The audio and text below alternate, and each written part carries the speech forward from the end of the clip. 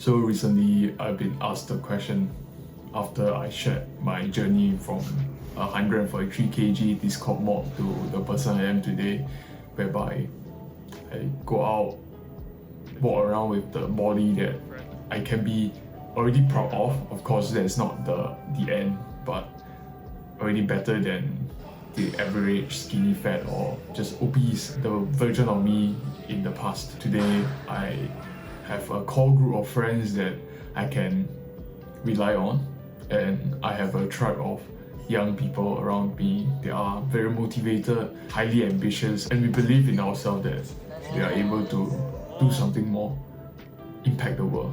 So after sharing my experiences, what I've done, what I've accomplished over the past 3 years of self-improvement and fat loss, of just being a better person. This person that I'm talking to asked me what is my biggest takeaway of all these 3 years of like consuming content, practicing, writing, journaling, doing all the shadow work, doing all the behind the scenes work to create the version of who I am today. The first answer I gave was, we all need to know what we want in life. I've repeated this over and over again. Personally, when I was going through fat loss, what I wanted changed a lot. The first stage was I wanted intimacy, I wanted love, I wanted sex, and therefore the best way was to pay attention to how I look, pay attention to my health, because your health does signal the kind of person you are. It does signal to the female's biological brain what kind of like potential mate value that you have. There's a lot of reasons why you should pay attention to how you look, how healthy you are, the kind of lifestyle that you hold. But the reason of why slowly transform and evolve throughout the years. So I went from just caring about the superficial desires.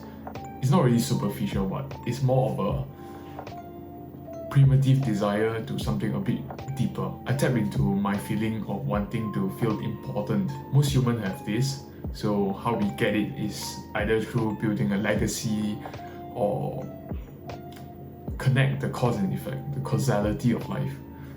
Me doing this, me being a better person, will result in XYZ, will result in me being a better role model for the people around me, hence everyone become better, more ambitious, live a fulfilling life, and as a result we are all happier, we have better emotions, and next time I have kids, I will have already surround myself with people that are like-minded, that is not on a bad path. So in that sense, I built the environment for my future generation to model after, to have a support system so that we can grow, we can build a very, very strong bloodline.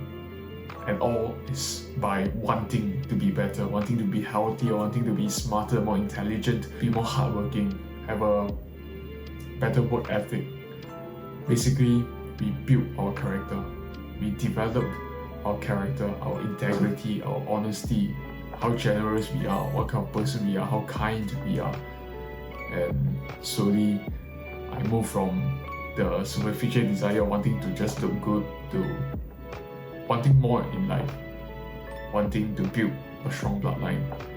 And that's what I told him. So we talked about visualizing your funeral. Like I've said this before, it's a very, very good practice to visualize yourself floating around in, I don't know, your astral form or something. Shout out to all the astral mains in Valorant. So what you want to visualize is, whilst you're floating around, try to imagine what kind of words come out of the people you loved at your funeral. They probably won't tell you that this guy, or maybe he's your daughter or something, or my dad was very rich. He's a man that owns a lot of car. Most of the people don't care about that. They care what do you make them feel? Do you make them feel safe? Do you have strong character? Are you someone generous? Are you someone that helps out? This is a great guy. What does great guy mean in your definition? Try to imagine that. So I went on to tell him the second takeaway that I have is related to having agency in life, having the proactivity to make life happen instead of letting life happen to you. Because after you know what you want, you might very easily just not take responsibility for your own life, just let life happen to you. For instance, if you are stuck in a job, you can just say there's no other jobs in the job market, I can't do much. The economy is bad, the government is clamping down on this, blah blah blah. You got a lot of excuses that you can blame for external factors, and this is what a lot of people call it victim mentality.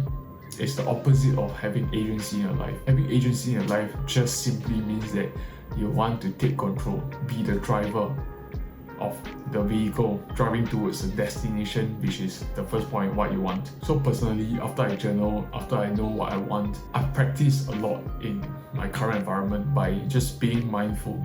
After you are mindful, you know what life has to offer. You use the opportunity around you to figure out what you can do with it, thinking out of the box. Sometimes you have to tap into the grey areas as long as it's morally right. Let's say you have to break a law. I'm not asking anyone to break the law, but if you have to jaywalk to get to somewhere faster, where you can save time so that you can use the time to work on something you like, to work on something more fulfilling, will you jaywalk? It doesn't hurt anyone. As long as there's no young people around you and you do the proper you don't jaywalk when you're tired or when you're mindless. You do the bare minimum of keeping yourself safe and the people around you safe. That's basically it. So tapping into the grey areas sometimes is required when you want to live life the way you want it to be. If you want to work a particular job, you go around and ask for information. You don't just sit around and wait for things to happen. If you want to go to university, go to YouTube and do some research. What is the fastest way to get there? How can you save money?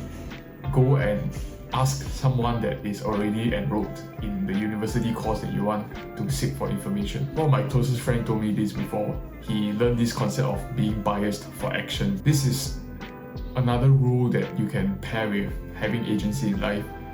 Go take action when you feel lost. Just do something, figure out something. If you cannot figure out, go for a walk and without any external stimulation, don't listen to music, don't listen to any podcast. Go on a walk and make the main objective to ponder a question that is stuck in your head. Sometimes it could be, should I go to university? Sometimes it could be, how do I get to 15% body fat? These are the questions that I've been pondering over for the past few months, and personally, I have the answers, and it's just about executing the answer, the plan. These are the biggest takeaways from my self-improvement / fat loss / body transformation / self-mastery journey over the past 3 years, and I hope it's helped you. See you guys in the next one. Goodbye.